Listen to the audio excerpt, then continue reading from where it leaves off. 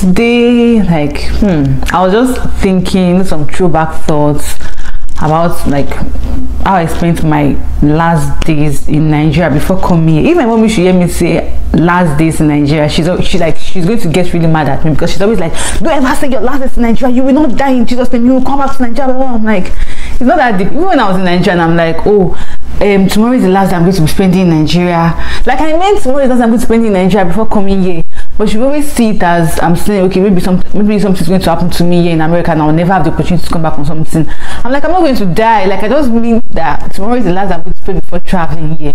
So yeah, I'm going to talk about how I spent my last days in Nigeria before coming to the US. A month to my travel dates, I already got visa, all those stuff there. So a month to my travel dates, you know, I realized that, oh, I'm going to be meeting lots of people, especially my siblings, because as at that time my siblings were in school. All of them were in school, they were not around, so I knew they were not even going to be around to escort me to the airport. And last time I saw them was like maybe months back, like that was when they went to school. So now this was where I spent my last days in Nigeria before coming here. What I did, I traveled to Ife because I finished from OAU. So I traveled to Ife to get my certificate. I went to greet my recommenders, like my lecturers that wrote my recommendation letters for me.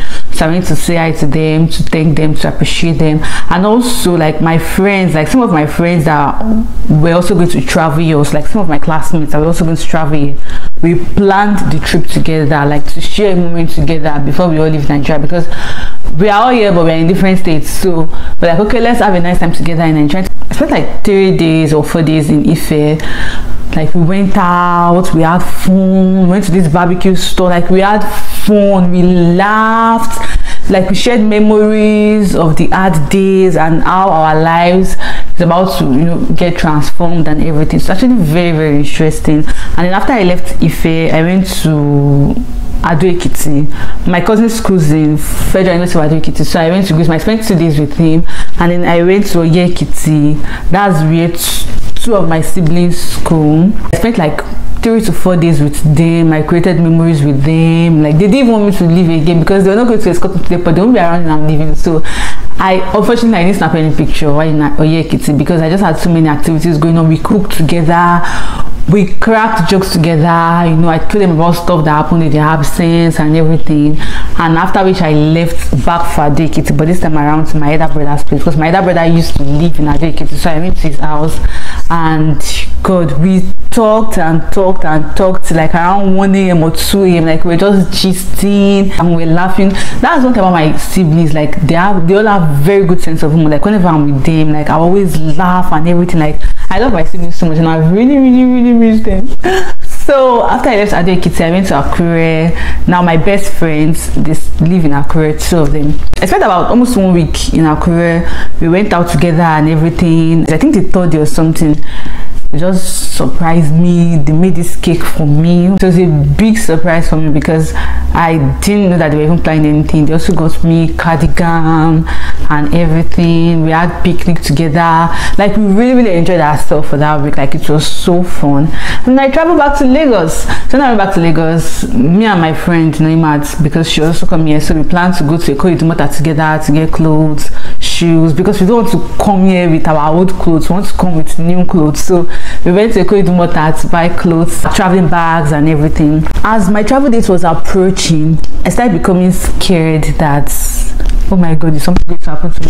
But am I the only one who feel that way? Like maybe when a very big day is coming, you just feel scared that maybe something is going to ruin it, something is going to happen. Because most of the time, whenever I picture things in my mind, a very big day in my mind, it does not always come to pass. Like something will happen, I'll not make it come to pass. The only time that I picture something big and then it came to pass was when I worked as an intern in Total. But every that time, like something will happen. But this time around, I already got my visa, because I would have been scared that, oh, maybe they'll not give me visa or something. But I already got my visa. It was like really like, you actually be in America some next week. Like it was like I said, it sounded too good to be true. And yep, the date to my travel date, I went to make my hair. Yeah, this was the hair I made, but I made it in another style. God, I hated it so much. I made the hair a day to my 2 days to my flight dates. That was when I made the hair, but it was not this style. Like I made it to another style, and God, I really hated it. Like it looked so ugly on me. Like it looked so horrible, and I was trying to console myself that it's not that bad. Not until my friends were like, oh, this is your hair, like, it's not it at all. Like, I felt like I didn't like it at all. So the fun fact is that on the day of my flight dates, I removed the hair. Like, I just woke up that morning, I'm like, no, I'm not going to, because I know when I snap picture at the airport, people want to repost the picture and everything, and then I don't want to be looking ugly, so you know, never to be cut on fresh. So I just removed it. Oh my god, I'm not doing this again. So Moyo came over to escort me to the airport. She came a day before, so I just told her I'm removing this, and I'm like, you're traveling today? Like, I was like, okay. I thought even wear wig than to travel with this hair. This hair right now is not that fine, but it was even worse than this. Like when I was coming, and I was like, okay, I'm going to remove this hair. I don't want to make this hair and everything. And then yeah, she started like, we removed the hair that morning. And then while I was talking, because I would have made another hair, but number one, I didn't have money again. Then number two, my flight time was I think 4 p.m, so there was no time for me again. So while I was losing the hair, one of my aunts just sent money to me. And I'm like, wow. I sent money, I just with my friend. Oh yeah, I want to go make my hair. And every time we're like, I usually be able to meet up. Like, I said I want to go and make my hair. Okay, maybe I'm going to make something simple. But I just want to go and make my hair. This was losing her hair the other time, right? Now, this is it.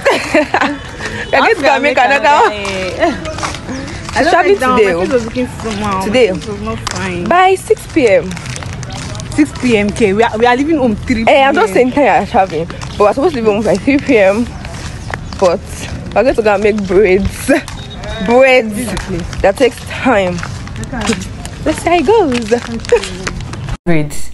But because that salon, like, the woman has like so many apprentices, like there were about 6 or 7.